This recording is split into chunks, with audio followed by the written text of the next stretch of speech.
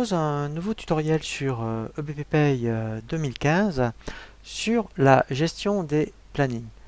C'est vraiment très intéressant lorsque vous avez des temps partiels ou lorsque vous avez vraiment dans votre activité beaucoup de salariés avec des modulations horaires très importantes, de créer dans un premier temps des plannings que vous allez affecter aux salariés.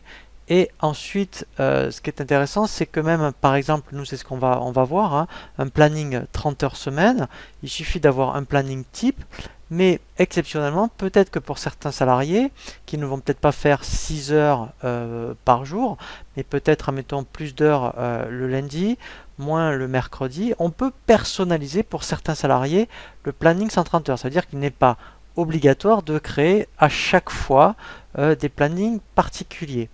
Ensuite, l'intérêt, c'est que lorsque vous allez gérer des absences, en fonction du planning affecté, il va très bien tenir compte, je dirais, des heures qu'il doit enlever en fonction des journées indiquées. Alors, comment le mettre en place? Dans le menu établissement, vous avez ici planning hebdomadaire. Alors, moi, j'ai déjà créé un planning 30 heures. Par défaut, vous avez le planning 39 heures semaine et planning temps plein. Alors, comment j'ai fait? Donc, on fait ajouter. Lorsqu'on fait ajouter, il faut donner un nom au planning. Donc, moi, je l'appelais planning 30 heures semaine.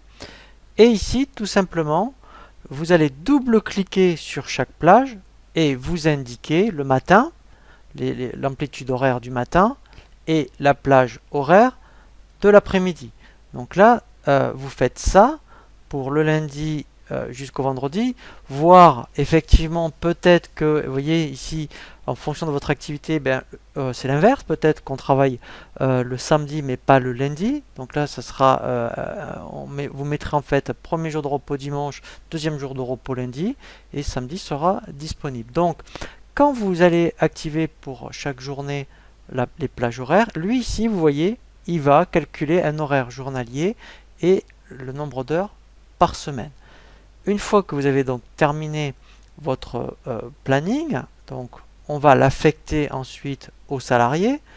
Donc dans la fiche salarié, dans CP ici, et là vous voyez vous allez affecter le planning correspondant.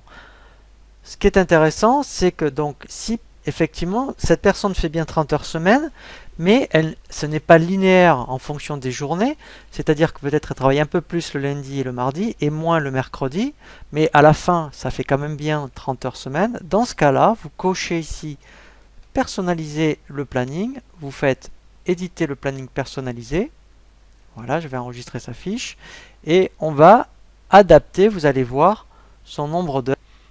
Voilà, donc ici, il y a bien marqué, vous voyez, planning personnalisé du nom du salarié. Et vous voyez, si je fais exprès, par exemple, peut-être que le lundi après-midi, eh bien, elle va travailler peut-être un peu plus, c'est-à-dire qu'elle reprend peut-être pas à 14 heures, mais à 13 heures. Donc ça fait 1 heure de plus le lundi, 1 heure de plus, pareil, le mardi. Donc elle reprend peut-être à 13 heures. Et donc par conséquent, vous voyez, il y a 2 heures en trop. Ça veut dire que le mercredi, au lieu de finir, mettons, à 17 heures, c'est un exemple, hein, elle finit, donc là j'exagère, à 15 heures. Voilà. Voilà. Mais là, vous voyez, on a bien 30 heures. Donc là, ce qui est intéressant, c'est qu'on peut moduler un planning de 30 heures en fonction des cas particuliers sur certains salariés. Donc ensuite, quand on va faire des absences, donc là, je ferme. Voilà. Donc maintenant, je vais aller sur le bulletin du salarié. On va faire une absence et on va voir qu'en fonction des journées, le nombre d'heures n'est pas le même. Alors, ici, vous voyez, mettons, je vais prendre, en même temps, il est absente pour maladie. Eh bien, quand on va indiquer en fonction du jour, je vais faire exprès, mettons un lundi. Donc, admettons, elle est absente un lundi. Admettons le matin et l'après-midi. Si je fais, alors, je choisis bien le motif ici, maladie non professionnelle, par exemple. Voilà, je fais ajouter. Voilà, vous voyez, ici j'ai bien 7 heures. Alors maintenant, je vais supprimer, vous voyez, cette absence du lundi, et je vais la faire le mercredi. Voilà, donc le 23 par exemple. Alors voilà, donc c'est mercredi. Si je reprends maladie, voilà, je fais ajouter. Voilà, et là, vous voyez, si c'était un mercredi, c'est bien 4 heures. Donc là, c'est vraiment très très intéressant. Vous avez vu, hein, c'est assez facile à mettre en place. Et si vous êtes vraiment dans une activité hein, où il y a vraiment beaucoup de temps partiel, mais avec des horaires différents, avant c'était très compliqué. Quand on avait des maladies, il fallait à la rigueur le saisir hein, directement le nombre d'heures, parce que c'était jamais pareil en fonction des gens. Là, effectivement, ça se fait vraiment très très bien en automatique.